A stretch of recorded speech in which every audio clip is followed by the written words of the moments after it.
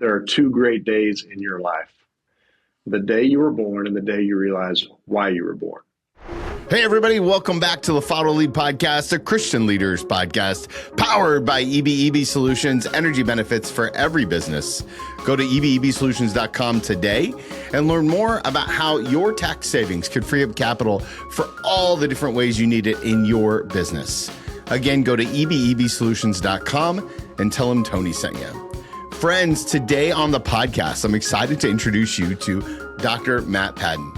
Dr. Matt is an academic to turn entrepreneur. He's one of the leaders of Great Days Leadership, and he does such a good job of walking that tightrope between what it means to take all of those years of pouring into students, and now as a coach and as a consultant, he wants to help you take your next steps. He's the author of the brand new book, Core, along with his mentor, Ken Jones. I know you're going to love this conversation. And if you do me a favor, pick up a copy of his latest book or go to his website, greatdaysleadership.com. Again, the book is called The Core, 8 Principles for Building Strong, Authentic Leadership. Now, here's a quick word from our partner and my conversation with Dr. Matt Paden.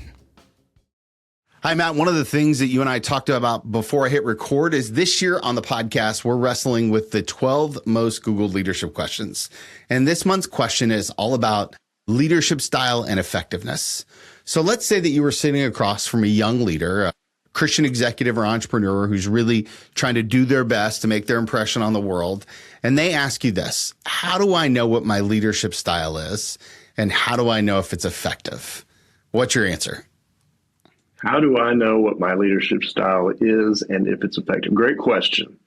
So sitting across from young, most often faith-driven entrepreneurs, business leaders, people who are spiritually minded, that question is something that I've probably handled a few times. So let me give you the quick version of the answer. I think leadership style, first of all, there's a lot of different great resources to understand what leadership styles there are. There's transformational, servant, charismatic, you go on and on. The textbook answers. I think what has to happen, though, for any leader, especially a young and emerging leader, is that before you understand if it's effective or not, you have to understand if it's authentic or not. It's so important for leaders to be themselves. My favorite definition of leadership is authentic influence that creates value. That's a Kevin Cashman quote from two decades ago. Authentic influence that creates value. Oh, that's so good. Yeah, Kevin Cashman wrote that in a book called Leadership from the Inside Out that I read almost 2 decades ago, and it's just stuck with me. But that first piece of that, and I like it because it's simple, there's 3 parts. Authentic influence creates value. Just for the sake of this question, let's talk about the first part. That authentic piece is really, really important. I have seen all too often in different sectors, different types of organizations, people who have emerged into a leadership role, they've assumed a leadership role, or they're just leaders in the situation they find themselves in, where they try to be somebody they're not.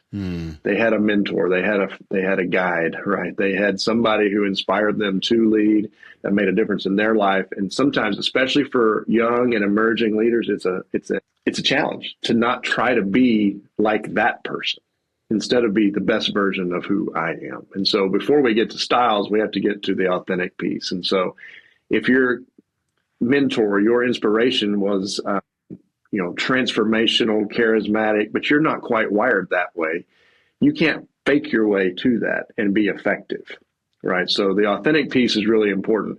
Now, to your more specific question, how do you know if it is effective? I think you have to create feedback loops. You have to be open and willing to receive teaching, instruction, coachability. You have to ask questions related to, does this work? Did that make sense? Are you tracking with me? I mean, you have to be willing to ask questions and then also be willing to get that feedback. And so first, it's being authentic. Second, it is making sure that you're providing opportunities for genuine, welcomed feedback.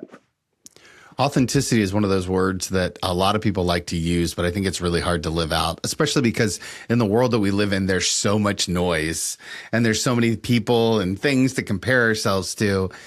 Do you have any recommendations on how you maybe stay authentic or people on your team stay authentic?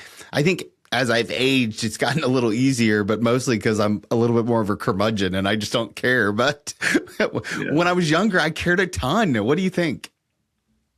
Well, I think a couple things. One, you're right. As we age and as we mature and grow in wisdom, we care less and less about some of the things that bothered us when we were younger, right? I mean, that's just part of that. What you hope is that natural growth. Now, there's some insecurities. There's some things about ourselves that we carry with us for life, things that we have to navigate. But being authentic, understanding self-awareness is the crux of leadership. It is where leadership starts. We do a lot of work with a lot of different leaders and from leadership groups. Even just yesterday, we were with the church staff here in Nashville, and we walked them through an assessment tool that we use called the Working Genius, and we talked about it. The Working Genius. Yeah, it's a fantastic tool. It's such a good tool. We do it all the time with people, but we tell them, we ask the question, which of these combinations of geniuses do you think makes the best leader? And they look around and they say, well, it's D, G, it's a discerner and a galvanizer, it's a visionary or whatever. The answer is S, A. And they look at their sheet and they're like, there's no S or an A on this. And we say it's self-aware. Yeah. It starts with knowing self, knowing your talents, gifts, strengths, abilities, knowing your blind spots, where you're weak, where you need support. In order to be authentic, one, you can't fake it. That's obvious, right? But two, you have to understand who you are. And so many of us don't take the time to fully understand who we are from the inside out, our values, the things that we hold dear, the things that we say are important to us. Do we understand how those show up in our day-to-day interactions in corporate America, our work in churches, when we're a bivocational minister, when we're doing all the things we can with the local nonprofit, whatever it is, how do we show up? And in order to know that, we have to understand ourselves. And so it starts with self-awareness. And of course, that's a key piece of emotional intelligence. And we could go on and on and on. But self-awareness, you want to be authentic, you got to start with really focusing in and being intentional about trying to understand who it is that I am, what makes me me. And then try to live into the best pieces of that and grow in areas where we need to grow and be stretched and continue to be formed. You brought it up, so I have to ask, what are you on the Working Genius? I'm a DG. I'm a discerner and a galvanizer, and my working frustrations are E and T. Okay. So I am big picture oriented, task averse, as maybe both my wife and my colleagues might suggest with the stack of to-do things. It's not that we're not doing things. It's those task-oriented things that are draining to me. And whether it was in my life as a university executive administrator or in this company, running this company, the things that drain me, I can label. There are a lot of them are E and T related. And the things where I find myself being energized are when ideas are forming and I can say, that's a good one. That's a great one. Now everybody, let's go. Right. So it rings pretty true with me I'm a discerner galvanizer as well. So all right. My brother. That's good. Yeah. My frustration is wonder and tenacity. Really? Yeah. So if we stay up here in the periphery a little too much, if we're up there in the clouds a little too much, I'm like, we got to do something. We got to get some people moving. We got to, it's a fascinating. I love the Working Genius. So yeah. So with the frustrations you possess, you want to get out of the clouds pretty quick, and then you want other people to go do it. Yeah. And the task, at least the task. You're not just delegating everything, but you want to make sure we're heading the right direction, get everybody moving, and then you want to move on to discerning the next direction, the next step, the next action. Yeah, I love that tool. It's been good for me in my leadership of people. And when we started our company, Great Days Leadership, about a year and a half ago, it was the first thing I brought to my business partners. I said, okay, I know we've got to think about a lot of things, but one of the things I want to do immediately is get certified in this so I can facilitate this for people all over the place. And we have. I don't know how many. I mean, it's in the thousands now that we've done over the last year and a half. And it's just been, whether it's in corporate spaces, nonprofits, churches, it's just a fantastic tool. And it's all about self-awareness and how God wired me to work and the types of work activities. And it makes sense and it's simple. And I can go on and on. So, yeah, I'm glad you're a fan. One of the things I wanted to ask you about is the shift from academia to entrepreneurship. I have some dear friends who are academics and they're wonderful humans. They live in a very different world than I do in terms of pace, meeting rhythms, the meeting before the meeting, all of the things that are very formalized in academia. And then when you get to entrepreneurship, it's like, well, we're going to aim for this target while it's moving with my eyes closed and just see what hits. Talk to me about that moment in time when you knew that God was calling you into a different season, and then talk to me about what your wife said about it. Yeah, so I appreciate that question. I did 22 years in Christian higher education. And in that time, I had a couple of different shifts. Early on, I thought I was going to be a college basketball coach forever. I coached for 5 years. So every decision, professional decision, was through the lens of what's best for preparing myself to coach college basketball, to whether it was basketball related or people related. The leadership books I first started reading were so I could help my guys. One of the very first ones that I remember handing out to people was John Maxwell's Talent is Never Enough, because we had a really talented team and we had some guys that struggled to put it to use. And I just remember looking for resources. And then the parts I really enjoyed doing were the parts where we were growing off the court more so than even on the court. And then I shifted into an administrative role. And then I pursued graduate school. And so my career in higher education involved several twists and turns, several of which took me from front and center with students to big picture executive level, managing hundreds and hundreds of people, right? And so I had had enough shifts, but I had seen enough things. And what I really appreciated about higher ed is the student and faculty interaction.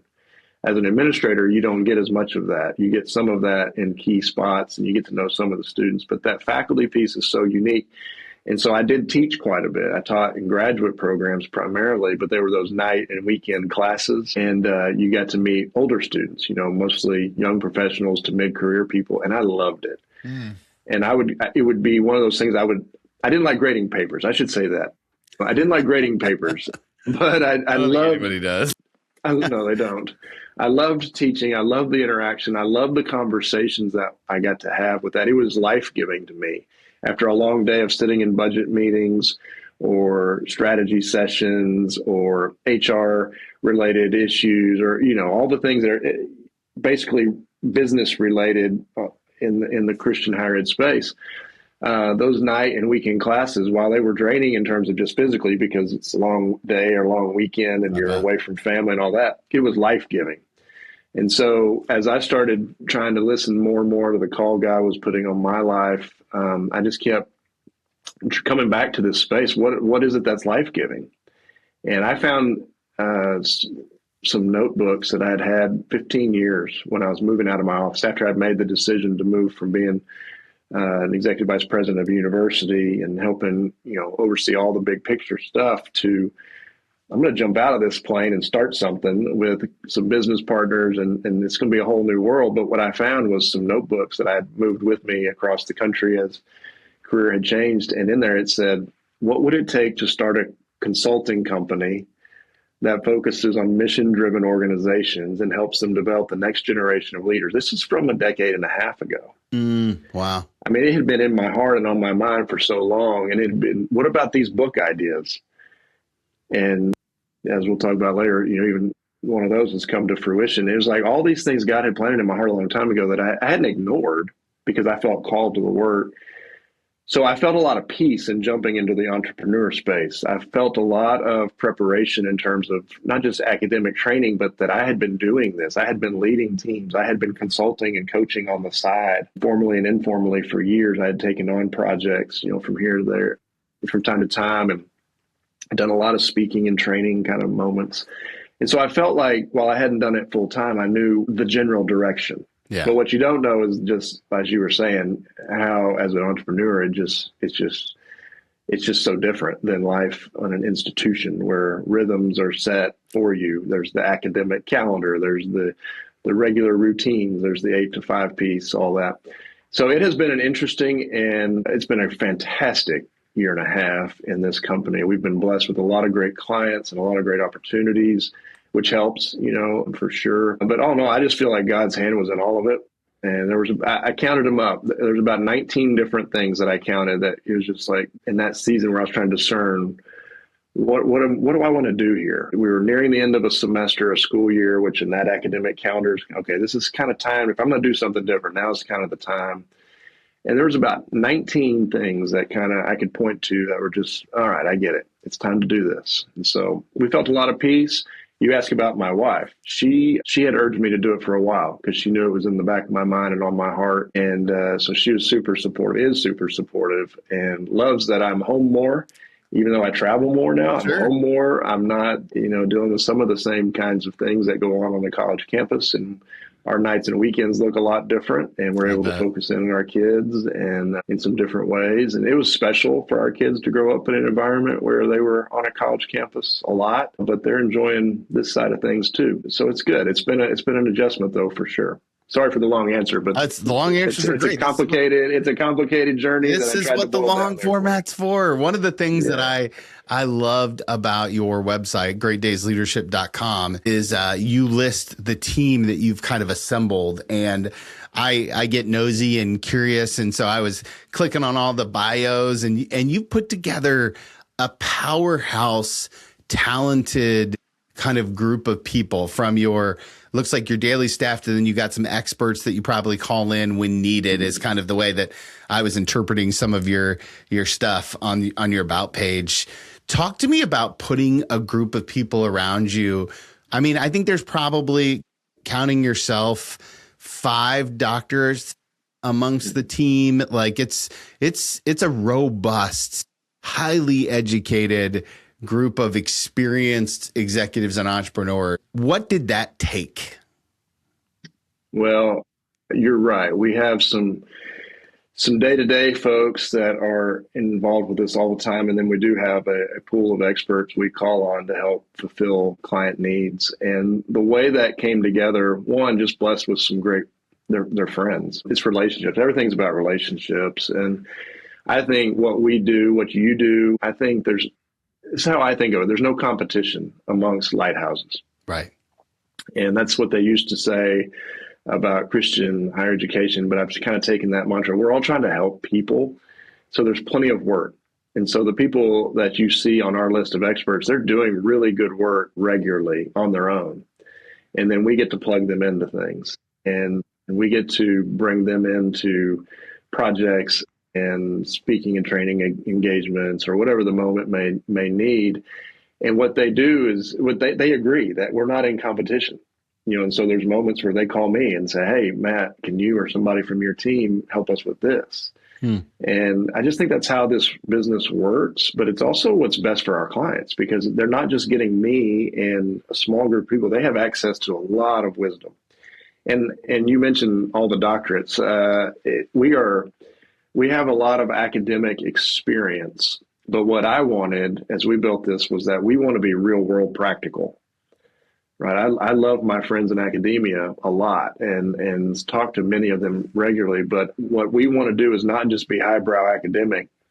I mean, when I go in and talk to different types of organizations, I can't go in as Dr. Paden, right? That's not going to go very far. I can still bring what I know and what I see that I've been trained to see, but I need to go in as Matt and just be helpful.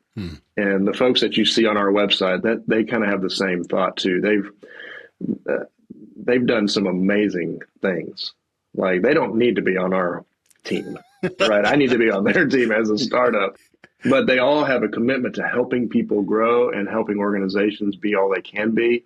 And they bring a wealth of wisdom. And so putting that team together has been one of the more fun things.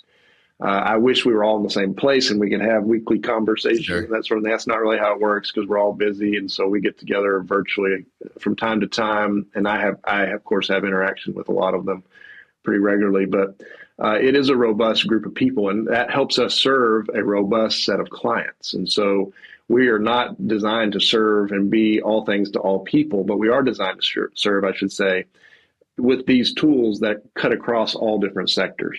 And so we work with small to mid-sized business people, organizations. Our first client out of the gate was a Fortune 125 company. It was one of those 19 things that just just dropped in our lap that we couldn't have asked for. You know how hard this is. I mean, and we didn't take that for granted. For 15 months, that was one of our biggest clients. I can't say who it is for a non-disclosure, but it was a fantastic blessing, opened up my mind, and it came because of a relationship with somebody you see on our website.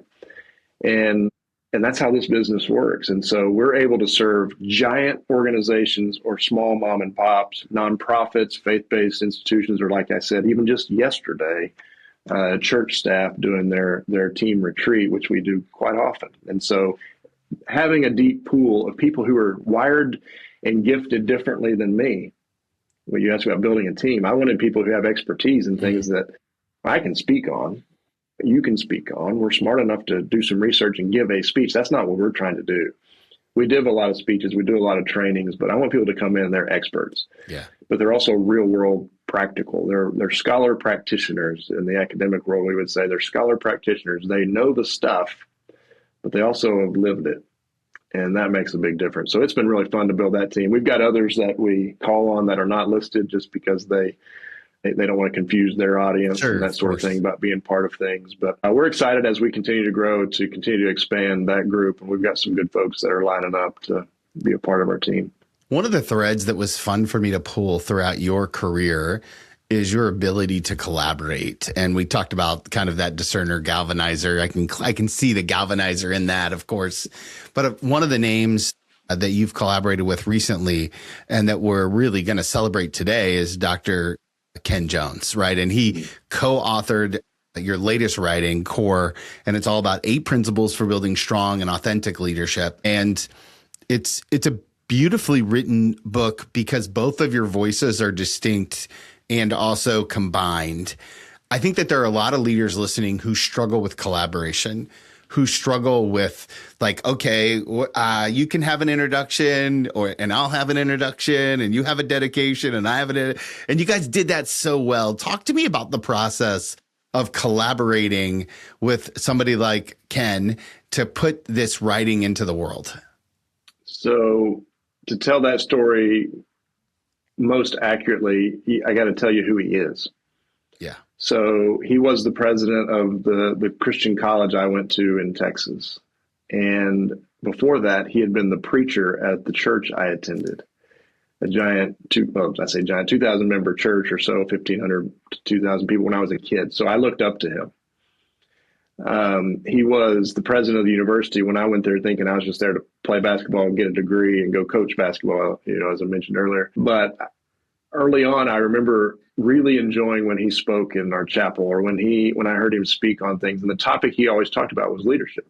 And he was the first person to introduce me to it as a subject, not to show me leadership, but to introduce me to the topic. And then, even though he didn't have to, and I suspect he did for other students as well, I remember vividly receiving an email when I was in school. Like, I think I was a junior or senior. They just encouraging email from him, the school president, to me saying, you've got leadership potential. You should really pursue this. And I remember thinking, I was like, wow, okay. Well, and you grow up and you have some wins and things along the way. You get people who say nice things, but it meant a lot. Then I went to work there. And it wasn't just as a student, I was a young professional and listening to him give staff meeting, or we'd have these giant faculty and staff meetings at the university there, and he'd bring everybody together, and he would always leave me wanting more, especially as it related to things that made a difference in an organization. Fast forward a little bit further, he's the one who encouraged me to get a doctorate in organizational leadership. He's the one who supported my desire, my idea to fly halfway across the country every week for 3.5 years to go to Pepperdine University to get that doctorate. He didn't have to do any of that. So it wasn't just that he talked about it, he showed me. And so for a long time, he's been a mentor. Now, some will ask when they read this book, the first half of the book is the story of a mentor and a mentee. Yep. Some have already asked who read advanced copies. They said, is this your story? I said, this is not our story necessarily. It's reflecting, there's some moments in there that are similar to some of the things that I experienced as a young professional with him, but it's not necessarily our story. But there's pieces of our story that helped me as I was writing that. the things that encouraged me to think about life a little differently, to think about leadership a little differently. The little moments, even though we weren't together all the time. I didn't report to him, but I the worked. first half of the book gave me very much Five Dysfunctions of Team kind of vibes. Like it's clearly a fable with pulled life experiences from real situations, which I thought was really well executed. Well, thank you. I had no idea how that was going to turn out when I wrote that, but it felt good, and I think it says something. I think people really resonated with that part, that both parts of the book, but especially that part, because they can see themselves in that. So fast forward a little ways, I go and make a career in Christian higher education and rise up the ranks and serving as a number 2 at the university here in Nashville. And all along the way, when there had been challenges, he was one phone call away, but I didn't abuse that. I tried not to. We hadn't stayed super connected, but I knew he was involved as a president of another university in Oklahoma Christian University. And so that last spring I was in higher ed, I'd called him a few times, said, hey, I don't know, but I feel like God's calling me to do something different. So he was the one I called, one of the ones I called, and we talked through that. And then I remember pretty vividly on a Friday afternoon, I said, okay, I've got some business partners lined up, and we're going to do this, and I'm going to, kind of make that known next week. What do you think? And it was a fascinating moment. I remember I had an office, had a big window, and I was looking out the window while I was talking to him, and he said, Matt, I believe it's time, and I think you should do this, and I think it'll be great for you. And, he was very encouraging. He said, but you're going to need a book. And I said, he goes, I know you've talked about writing books in the past and that sort of thing. So you're going to need one. And I said, yeah, it's definitely going to have to be part of this world to build, just like you did, Tony, to kind of put your name out there and just kind of become seen and known in these spaces and whatever. But he said, in fact, I've got part of a manuscript in a drawer that I've had with me for 10 years. I know we teach a lot of the same principles. Why don't you take it? He said, I think in his words, and he would say it if he was sitting right here, he'd say, it's terrible. It needs to be updated. I don't even know if it's any good. And I'm like, of course it's good. In my mind, of course it's good. He said, but why don't you take it, see what you can do with it, and we'll do this first one together. Well, what he didn't know was that across the room on my laptop, there was a sticky note that said, beg, borrow, buy, or steal some of Dr. Jones's principles for book 1. Wow. And he just offered it. And so a few weeks went by. I left the university. I took a week or 2 off to kind of just catch my breath. And I went to a tiny cabin in the mountains of Tennessee. And I just by myself, and a tiny cabin. But I took his manuscript with me and I started reading it. And I took my red pen. I'm a good professor. I have a red pen. I'm thinking about business and names and what are we going to do with this thing? And I just stopped and just read his manuscript. It was about 12,000 words. So it was short. It wasn't fully fledged. And it really read like speeches I had heard him give before on some of these topics. But I had my red pen, and what I started realizing I was making notes on the side. And so about day 3 of being at that tiny cabin, I said, I got my laptop out. And I said, let's see what I can do with this. And I went home a couple days later and had about 37,000 words. Wow. Yeah. And so it was like and part of it's because he and I had shared appreciation for some of these principles. And I had taught some others that he had blessed in terms of, hey, those are important. We think core, as we say. And so that started that process. And then, of course, starting a business, other things, it delayed a little bit. And so he, as a co-author, has been extremely important. One, gave me not just a head start, but he gave me the inspiration to even do this in the first place. So good. 2, he also gave me the freedom and flexibility. He said, Matt, I'm running a university. I'm not going to be able to help a ton. I'll read, I'll edit, I'll include, I'll provide, but this is your project. I'm in the passenger seat. And that's been his mantra from the beginning. And so he's given me a lot of creative flexibility and room to go and not just make this about me and my thoughts, but I send stuff to him. We talk and all that. It's just been a wonderful experience that I get to do with somebody that's meant so much to my life and my career. And so it's just been a blessing, and it's exciting.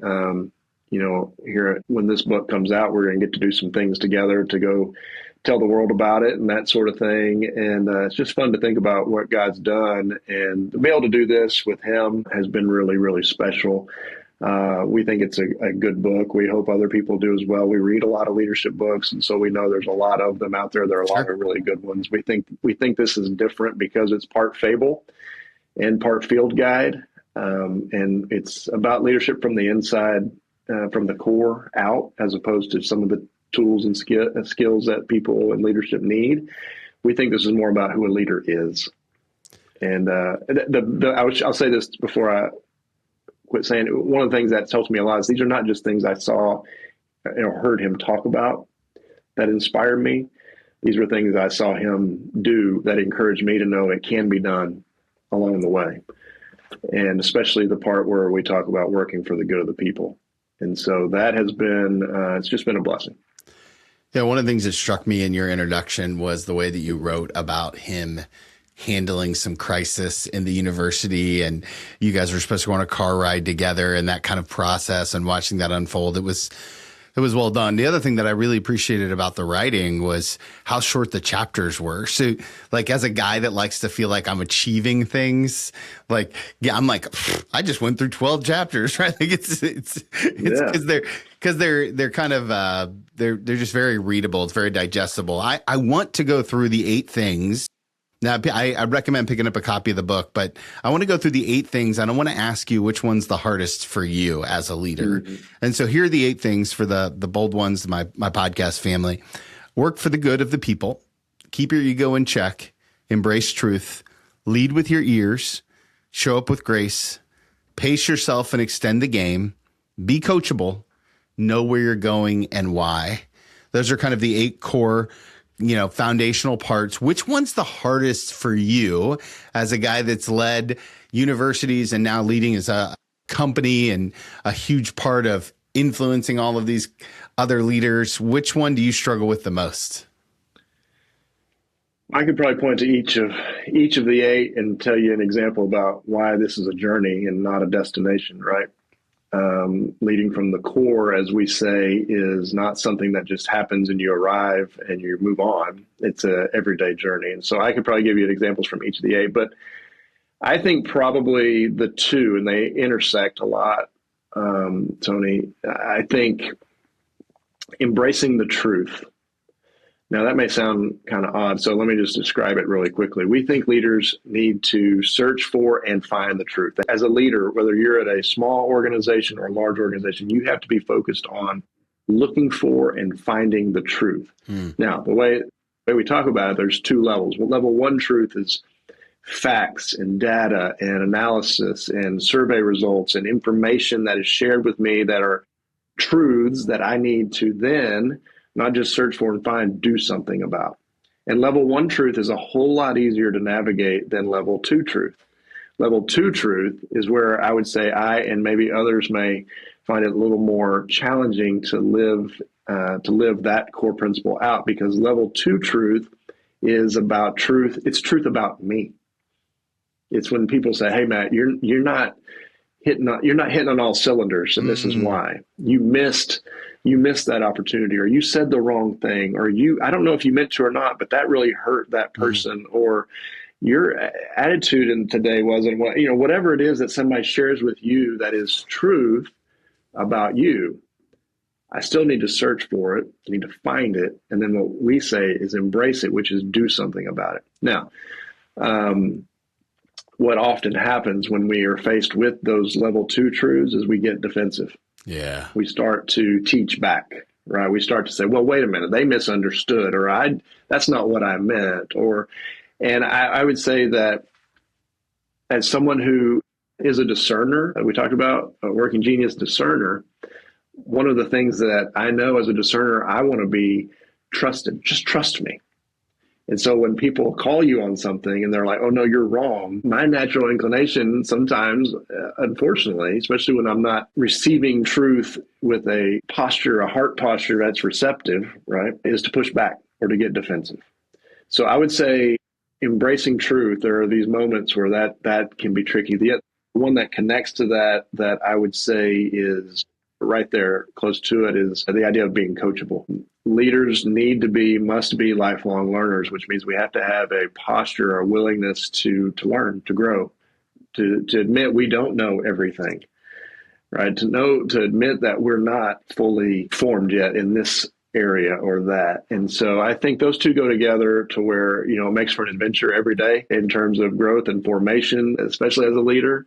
And especially when you put a book out that people read and you're like, oh, Lord, how did you handle that today? And I'm thinking, man, I sure did get defensive this morning when somebody said that. And it's a journey. But those two, probably just being real and authentic with you, are probably two of the ones that I tell people most often, that are the ones that are a daily adventure and process for me to become more and more in line with. But there's other examples as well. But there's a classic question that podcasters use called the champagne question. And I learned this from another podcaster friend of mine. Let's say that we're celebrating a year from now and you and I are gathering for coffee or lunch or whatever. What are we celebrating about what God has done through this book and through your consulting company and just through you? Like, what are we popping champagne bottles for, as the question goes? So a year from now, if we are doing what we feel God has called us to do, it's not just you and me, Tony. It's a lot of people who are with us who have moved from where they were to where they need or want to be in terms of their leadership, their pursuit of purpose, and their ability to see life in an organization as an opportunity to serve others. That's big and audacious. So let me break that down. Book-wise, we hope to make a bestseller list, not out of ego. You can't write a book where you talk about keeping your ego in check and then have your ego just dominate.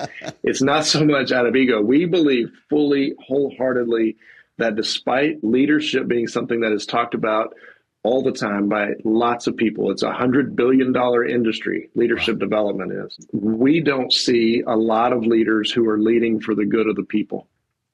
We see a lot of people who assume leadership positions, who have agendas, who have an ego that drives things for self versus others.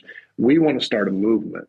Mm-hmm. So, yeah, we want to sell books and be on a bestseller list, but also so we can extend this message that comes from this story that's actually draws a lot from the story of Esther in the Bible and points towards Jesus, right? We want to start a movement for a new generation of servant leaders. Talk about leadership style earlier. The core slides right into what it means to lead as a servant leader. And so a year from now, we want to celebrate a lot of books sold, not just for the sake of selling a book, but that people are buying into a new way of leading for a new generation. That's how we lead in our schools. It's how we lead in our businesses, how we lead in our communities, our churches, government. Every place needs servant-minded leaders. And so the more people that we can move in that direction towards that movement, we say we want to take leadership back to the core. I love it. The more we can do over the next year to encourage people to focus on that, the better. And we'll have reason to celebrate what God is doing through really his message and the example that Jesus gave as the ultimate servant leader that we draw from his example, and then also the story of Esther. So we want to start a movement, and we'll see where it goes. Love it. That's something we can all pray for. I have one more question for you, but before I ask it, I know that the bold ones are going to want to find you all over the internet. Where is the best place to learn all things Matt and Great Days Leadership? Well, I appreciate the opportunity to be with your followers today, your fans. This has been fun. We are on social media, Great Days Leadership, Facebook, LinkedIn, Instagram. I personally post and do some things social media wise on Facebook, LinkedIn, and Instagram. Our website is greatdaysleadership.com, where you can find out about all of our upcoming events and opportunities to be a part of and programs. And we'd love for people to follow us. We also have a new podcast ourselves that launches in April. Congratulations. Yeah, it's called Bad Days Leadership. And we are trying to learn from the examples of the worst days that people have. Some of the stories that make you cringe, some of the stories that are fun, and you just can't believe what I saw here. We don't try to out people, but, we try to learn from people's worst days, including our own. We think there's a lot of growth that happens when you have a bad day. And so we're talking Bad Days Leadership. So we'd love for you to come on over and give a listen to that as well. But a lot of places to find us, and we're out and about doing a lot of things. So we'd love to connect with your folks. Love it. Okay, last question we're asking people this year is about the greatest leader you've ever met. So tell us about when you think throughout your life about the kind of the best, the person who embodies the greatness of leadership. And it has to be somebody that you've actually met and done a little bit of life with. Who comes to mind? Well, there's several. I've been blessed with a lot of great examples of leadership in my life, but I'll go back to, I think it's most appropriate to go back to my grandfather. I was blessed with two grandfathers that were leaders. One that was very quiet and reserved and in a small community, very small community. He was a church leader, but more of the behind the scenes doing things. And I had one grandfather who was a minister by training, a missionary in Europe, had lived a lot of very outward life in terms of his experience as a leader. He showed me a lot about what leadership was and the impact that leaders can have. Even as a young boy, I could hear people talking about that, and I always looked up to him for that. He also is the one who, you see behind me, the Great Days. When people ask why we named our company Great Days, he's also the reason we did that. And I'll tell you why. He shared with me a quote multiple times as a kid, once I think in high school, once in college. I paid a little more attention the older I got and the more feeble he got with some disease that he was navigating towards the end of his life. He told me, he sat me down and he said, Matt, there are two great days in your life. The day you were born and the day you realize why you were born. And I stewed on that for a long time, and I thought it was his quote for a long time. It's not. Originally, I think it was said by William Barclay, the theologian. But what he meant by that has stuck with me for a long time. The first great day, the day you're born, your talents, gifts, strengths, and abilities, your geniuses, your wiring, these things that God put inside of you in your DNA that, practice, and when you gain experience, these are the things that emerge, that these are the gifts that God gave you. That day one is a gift. Yeah. At day one, that are a gift to you. And day two, they're a gift to the world. Day two, that day you realize why you were born. He instilled in me and many others a deep sense of purpose.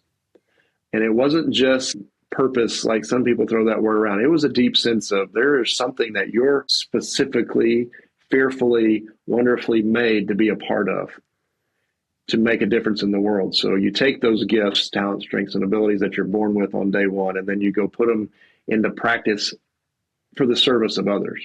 And so that example has carried me forward. And he was probably the first name that popped in my mind when you asked that question, for a lot of reasons. But, and like I said, a blessing to have many others in my life who've been good examples. But Amen. I feel like that's probably the one you need to hear about. Amen. Matt, thank you so much for being so generous with your time today. Thank you for the work that you do to build the kingdom. And if there's ever anything I can do for you, don't hesitate to let me know. I appreciate it, Tony. Appreciate what you're doing. It was good to be with you today. And I look forward to seeing more about your work and all the good things you're trying to do in the world.